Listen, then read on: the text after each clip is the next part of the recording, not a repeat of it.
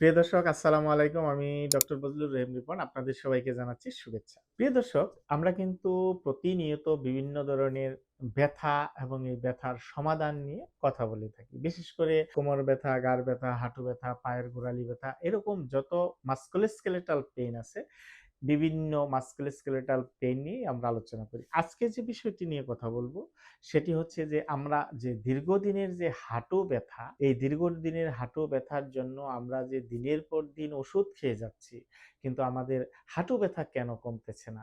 আমাদের সমস্যা দিন দিন বেড়েই চলছে। আমাদের হাঁটা চলা আস্তে আস্তে সীমিত হয়ে আসতেছে। কেন হচ্ছে সেই বিষয়টি নিয়ে আমরা কথা বলতে চাই। প্রিয় দর্শক, আপনারা প্রথম থেকে শেষ পর্যন্ত ভিডিওটি যদি দেখেন তাহলে অনেক ইনফরমেশন পাওয়ার সম্ভাবনা আছে। বিশেষ করে যারা হাঁটু ব্যথায় ভুগছেন এবং অনেক চিকিৎসকের পরামর্শ নিচ্ছেন, অনেক দিন ধরে ব্যথানাশক ওষুধ খাচ্ছেন, কিন্তু তারপরেও আপনার ব্যথা কমতেছে না। আপনি নিচে বসতে পারতেছেন না, সিঁড়ি বেয়ে ওঠা-নামা করতে পারতেছেন না, আপনি নিচে বসে নামাজ পড়তে পারতেছেন না, হাঁটা চলা করতে গেলে ব্যথা হচ্ছে, চলাফেরা অনেকটা সীমিত হয়ে যাচ্ছে। প্রিয় দর্শক, এর কারণ কি? এর মূল কারণ হচ্ছে যে ব্যথানাশক ওষুধ আপনার কি করে? ব্যথানাশক ওষুধের মেইন কাজ হচ্ছে ইনফ্ল্যামেশন কমানো এবং আপনার পেইনের সিগন্যালটাকে কমায়। তো আপনার প্রদাহটা কমায়, পেইনের সিগন্যালটা কমায়। কিন্তু আপনার যে রুট কজ, যে কারণে আপনার এই ব্যথাগুলি হচ্ছে, সেই কারণগুলি আপনার এই ব্যথানাশক ওষুধ কমাতে পারে না। যেমন ধরেন, দীর্ঘদিন যাবৎ যাদের হাঁটু ব্যথা থাকে তাদের ক্ষেত্রে কিন্তু মাংসপেশি দুর্বল হয়ে যায়, বিশেষ করে হিপ এবং গ্লুটিয়াল মাংসপেশি। যখন দুর্বল হয়ে যায় সেই দুর্বল মাংসপেশি কিন্তু ওষুধের মাধ্যমে শক্তিশালী করা সম্ভব নয়। আরেকটি বিষয় থাকে যে কার্টিলেজ ডিজেনারেশন হয়। এই কার্টিলেজ ডিজেনারেশনটাও কিন্তু ব্যথানাশক ঔষধ ডিজেনারেশনটাকে কমাতে পারে না। বিভিন্ন গবেষণা বলে ডিজেনারেশন ব্যথানাশক ওষুধে কমে না। যে কারণে আপনার ব্যথানাশক ওষুধ খাওয়ার পরও কিন্তু আপনার ব্যথা থেকেই যায়। আরেকটি ইম্পর্টেন্ট কজ হচ্ছে যে আপনার জয়েন্টের মধ্যে যে লোডিংটা আছে, সেই লোডিংটা ইম্পর্টেন্স আরেকটা হচ্ছে বায়োমেকানিক্যাল সমস্যা।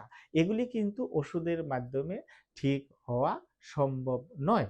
আরেকটি ইম্পর্টেন্ট কজ হচ্ছে যাদের ক্ষেত্রে মুভমেন্ট ফেয়ার আছে, বিশেষ করে যেটাকে আমরা বলি কাইনেসিওফোবিয়া, অর্থাৎ ব্যথার কারণে সে নাড়াচাড়া করতে ভয় পায়, ফলে ব্যথা আরও বেড়ে যায়, জয়েন্ট শক্ত হয়ে যায়, মাসল দুর্বল হয়ে যায়, মুভমেন্ট সীমিত হয়ে যায়। এগুলি কিন্তু ওষুধের মাধ্যমে সম্ভব নয়।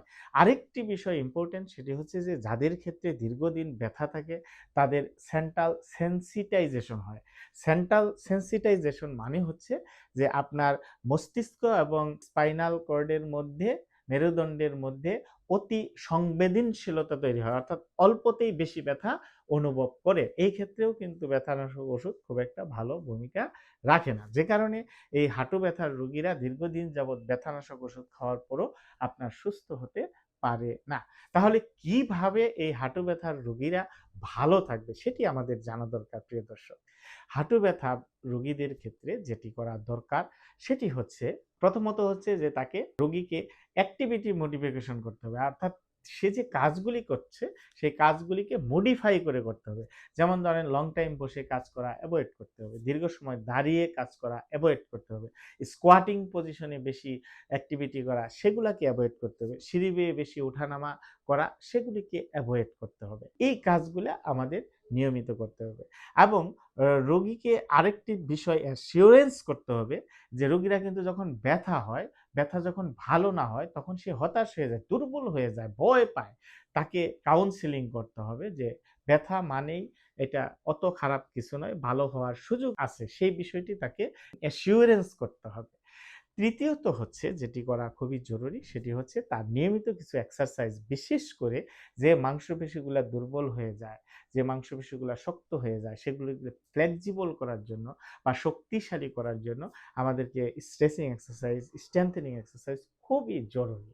এবং এর সাথে আমরা যেটি করতে পারি, অনেক সময় ম্যানুয়াল থেরাপির প্রয়োজনীয়তা হতে পারে, যেমন সফট টিস্যু মোবিলাইজেশন টেকনিক বা বিভিন্ন জয়েন্ট মোবিলাইজেশন টেকনিকের মাধ্যমে আমাদের জয়েন্টটাকে হেলদি রাখতে হবে, জয়েন্টটাকে, আমাদের রেঞ্জ অফ মুভমেন্টটাকে ঠিক রাখতে হবে, আমাদের ফাংশনটাকে ঠিক রাখার জন্য এই ধরনের এক্সারসাইজ আমাদের খুবই প্রয়োজনীয়।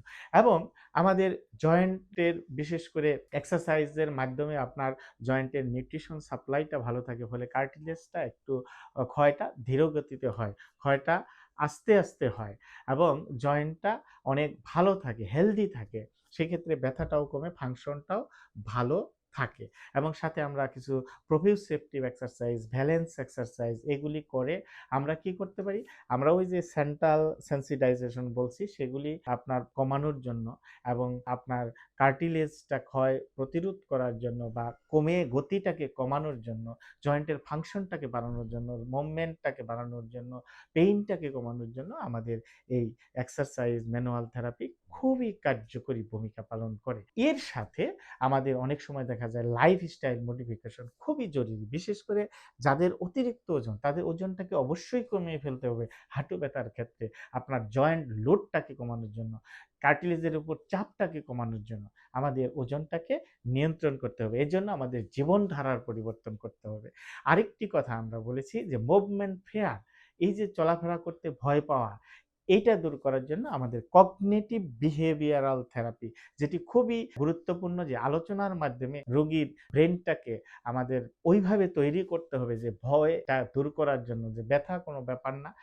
এই অবস্থায় আমাদের অ্যাক্টিভিটিটাকে যতটুকু সম্ভব স্বাভাবিক রাখা, মানে একটু টলারেবল লেভেলে ব্যথাটাকে রেখে আমাদের স্বাভাবিক কার্যক্রম পরিচালনা করা এবং আমাদের প্রয়োজন হলে কিছু লো ইমপ্যাক্ট অ্যারোবিক এক্সারসাইজ, যেমন ধরেন হাঁটাহাঁটি, সাইক্লিং বা সুইমিং, এই টাইপের কিছু এক্সারসাইজ আমরা নিয়মিত যদি করি, আমরা যদি নিয়ম কানুন মেনে চলি, তাহলে কিন্তু আপনি ওষুধবিহীন অবস্থায় আপনার হাঁটুকে সুস্থ রাখতে পারেন, হাঁটু ব্যথা মুক্ত হতে পারেন এবং আপনার স্বাভাবিক কাজকর্ম, বিশেষ করে নিচে বসে নামাজ পড়া, সিঁড়ি ওঠানামা করা, চলাফেরা স্বাভাবিক হওয়া সম্ভব এবং একই সঙ্গে আপনার লং টাইম ডিসেবিলিটি প্রিভেনশন করাও সম্ভব। সুতরাং প্রিয় দর্শক, আপনারা যারা এই ধরনের হাঁটু ব্যথায় ভুগছেন, তারা অবশ্যই একজন বিশেষজ্ঞ ফিজিওথেরাপি চিকিৎসকের পরামর্শ নিয়ে যদি আপনি প্রপার ফিজিওথেরাপি চিকিৎসাটা আপনি নিতে পারেন, আশা রাখি আপনি সুস্থ হাঁটু নিয়ে স্বাভাবিক জীবনযাপন করা সম্ভব। ভালো থাকবেন প্রিয় দর্শক। যদি আমাদের পরামর্শ নিতে চান, আমাদের স্ক্রিনে দেওয়া নাম্বারে যোগাযোগ করতে পারেন। ধন্যবাদ সবাইকে। আসসালামু আলাইকুম।